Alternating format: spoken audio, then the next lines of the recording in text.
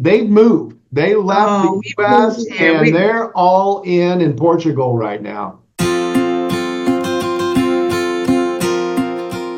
So we have Paul and Lucille Sliker here.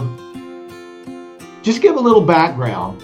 I was a financial services, mortgage, real estate guy my whole career, and I retired from that in 2014. Being the type of personality I was, I needed something else, and insurance always interested me because of the connection really between the two and the way business is done, and networking, and building a book of business, if you want to call it that, in the real estate side. So it was a natural for me, and I started out concentrating on selling small business insurance, business health insurance. And as I transitioned into retirement age, the bells were going off about Medicare in my head, and so I jumped in and never regretted it. I got to the point where I told Lucille, I said, either you're going to come in and help me out, or I'm going to have to give it away.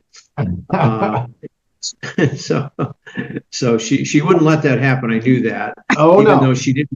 Even though she didn't want to go back and unretire for I think the third time. Yeah. And that's kind of where we're at. So yeah, I retired at 69 from dental hygiene.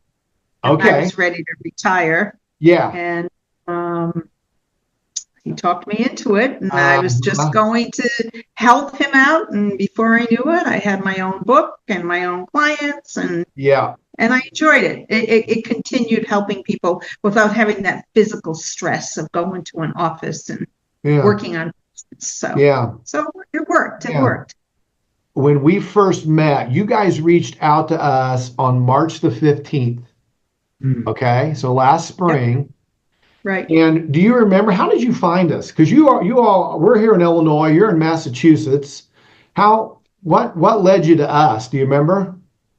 I just did some Googling and research, and I read your company kept coming up. Your name and your company kept coming up. And so I delved into it a little bit deeper, listened to some of your videos or webinars, and I said, hey, this might work for us. I'd heard a lot of rumblings in the business, nothing specific about selling the book, from other agents, and really didn't take it too seriously until we both looked at each other and said, I think it's time to move on.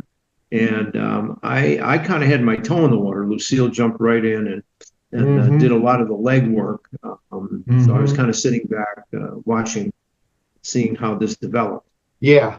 Tell everybody, you lived all your lives, or most of your lives, in Massachusetts, and where you are now. Okay, geographically, because nobody knows. Geographically, we're in southern Portugal, and we've been here since September 15th. Yeah. And August 15th. August 15th. That's right. I'm sorry. August 15th. Yeah, exactly. Okay. Yeah, and they're not visiting. They've moved. They left the U.S. and they're all in Portugal right now. Right. Yeah. Right. I think we came over with how many bags? Eight bags. 8 bags, and our skis and our boot bags. Right. Yeah. It's so incredible. Tennis racket. Yeah. So, the timing for us, and this is where I have to pay you kudos. The timing for us was very important. Yeah. And you worked with us with that, which was wonderful. Yeah. You really accommodated our timing. We just really appreciated everything that you did with the timing. So when we met Lucille and Paul, we knew right away, pretty early in the spring, that they were going to do this. We got your book of praise. We were all together on the terms and the price and all that stuff.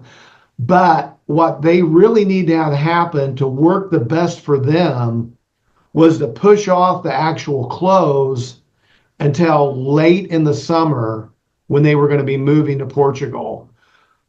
And so even though we've kind of verbally agreed to all the terms, like probably in April or May, we needed to, for their sake, put that off as long as we could, would really help them out. And it was fine for us. We knew they wanted to do it. And so it was an easy accommodation to make. A good deal has got to be good for both people, or it's not a good deal, right? Mm-hmm. Whatever it is, Right. in every way. Right. And so Right. we were able to push this off as long as we could. And it worked out great for you, and it worked out great for us. So that makes me happy. So Good. yeah. My summary is that you kept your word. You met all our expectations or your promises, and then some. It was just a very, very seamless and good Well, thank you. Thank you. transition. We were you. dealing with, a phone call with someone we'd never seen, Yeah. with a lot of money, and you guys were true to your word. Yeah. And, Good. You were. Well, it's thank you. amazing how seamless it was. Well, great. Well, man, thank you. Thank you for the kind words. And we got a really great group of people here that all pitch in and work together. And, We can see that. it takes everybody, that's for sure. And we love all the compliments, and I know they're sincere. But you guys were great to work with, and it was honestly, it was pretty easy because your book was all a United Healthcare book, right? Yeah. And Yep, that makes it was. it, as far as the technical part of getting everything moved around and getting it from you over to us, man, that makes it easy when it's only one book or a few books. A lot of the companies that we buy, they might have 20 different carriers in there that we're working with. And it's just there's a lot more to it. So, okay, just kind of wrapping up, you're in Portugal now. What's been the hardest adjustment for you since you've left the States, or, now that you've been over there going on a couple months? And Probably for me, the language. Yeah. Portuguese people love to speak English, and they certainly do a good job at doing it. But I feel kind of a little bit ignorant because I want to speak their language, and we're going to learn. Yep. Easier said than done. But other than that, it's truly a very comfortable lifestyle. Yeah, Yeah. it really is. Yeah. Yeah. Yeah. It has more of a, I don't want to say, it has more of an American feel than you might think. Really? At least in the Algarves in southern Portugal. We just met. We're getting ourselves involved. We're networking again, of course, with expats and trying to build a social network. And we just met with a couple from Chicago today, a couple from Minnesota. We met a couple from Tennessee. Wow. So and they moved too. They're in the same boat as you guys. They left and they're over there.